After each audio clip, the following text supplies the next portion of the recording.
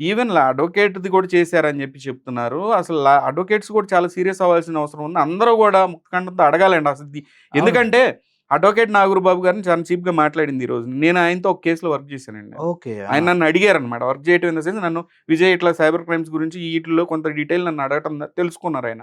ఆ సమయంలో నేను ఆయన్ని చూడటం జరిగింది. ఫస్ట్ ఎప్పుడో ఒక కేస్‌లో. సో, ఆయన ఆయన ఆయన ఆయన ఎలా అంటే అండి, ప్రతి కేస్‌లో ఆయన దగ్గరకొచ్చినప్పుడు పూర్తిగా తెలుసుకుంటాడు కేస్ గురించి. మంచి, చెడు చూస్తాడు. మంచి ఎంతవరకు ఉందో అంతవరకే పోరాడతాడాయన. చెడు గురించి ఎళ్ళలేక. ఆయన నేను నేను నేను చూసిన లాయర్లు వేరు. ఈయన ఒక డిఫరెంట్ అడ్వకేట్ అనమాట. తగులుకున్నాడా ఫస్ట్ ఏం చేస్తాడంటే, ఈ అందరూ తెలుసండి ఎవడెవడు ఎనకున్నాడు, ఎవడెవడు ఎనకాల డ్రామాలు చేసాడు, ఎవడెవడు ఇల్లీగల్‌గా ఇక్కడ ఇరుక్కొనున్నాడు అన్నీ తెలుసు. ముందు ఫస్ట్ రోజు చెప్తాడు.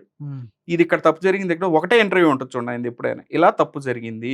మీరేమన్నా ఉంటే కోర్టులకెళ్ళండి. ఇట్లా బదనాం చేయొద్దు, ఇట్లా బ్లాక్‌మెయిల్ చేయొద్దు అని ఒక్కసారి వార్నింగ్ ఇస్తాడు. వార్నింగ్ ఇస్తే చెప్తాడు.